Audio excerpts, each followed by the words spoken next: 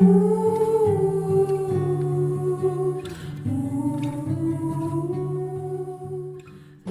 principe de fonctionnement du propulseur à effet Hall à topologie magnétique variable PPS Flex, développé par l'équipe GREM 3 du Laplace à Toulouse, a déjà été expliqué dans une précédente vidéo. Nous allons présenter ici sa campagne d'essai 2013, réalisée sur le moyen d'essai Pivoine du laboratoire ICAR à Orléans. Le choix d'une topologie magnétique ayant été validé, et une fois le moteur alimenté, nous procédons à une dernière vérification du champ magnétique dans le canal qui donnera le feu vert pour la mise à feu.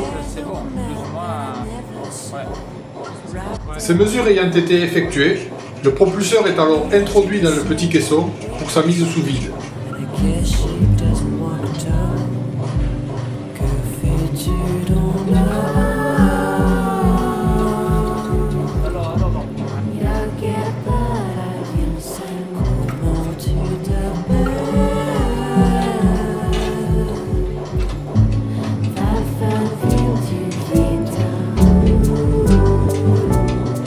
Lorsque la valeur du vide nécessaire est obtenue, le moteur est déplacé par un sas dans le caisson d'essai où règne un vide de l'ordre de 10 puissance moins 7 millibars.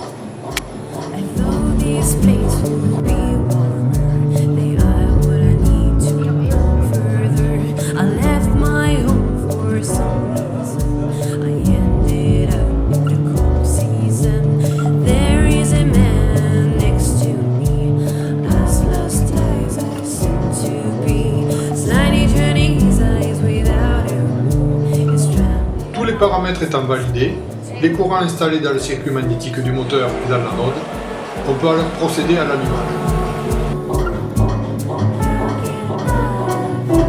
L'allumage ayant réussi, une première cartographie de type SNECMA SPT100 permet de valider son fonctionnement.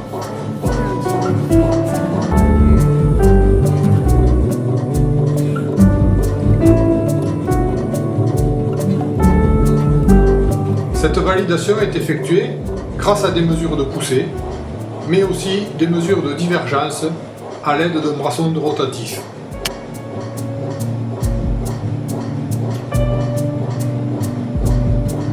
La température de fonctionnement de certaines bobines du PPS Flex avoisine maintenant les 400 degrés Celsius. Une caméra thermique permet de mieux apprécier les gradients de température des différents éléments du moteur.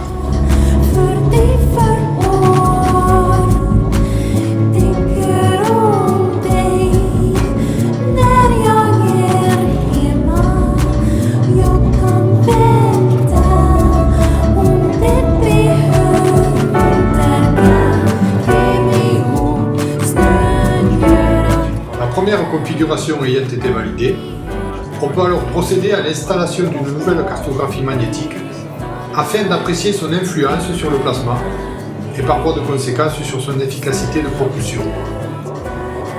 Vous pouvez apercevoir ici, en accéléré, le démarrage de cette nouvelle cartographie de type PPS 1350.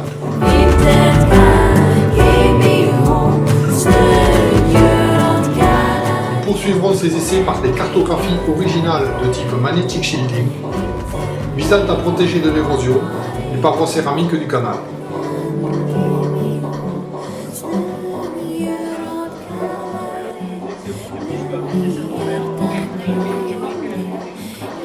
Bien que le PPS Flex permette de moduler presque à l'infini ces cartographies, il est prévu d'en tester une cinquantaine parmi les plus significatives.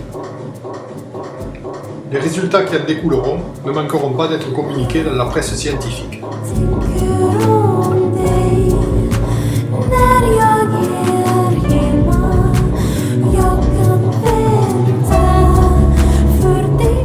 Espérons que ce propulseur d'études assez unique permettra d'éclairer les chercheurs sur l'interaction champ magnétique-plasma, encore assez méconnue aujourd'hui.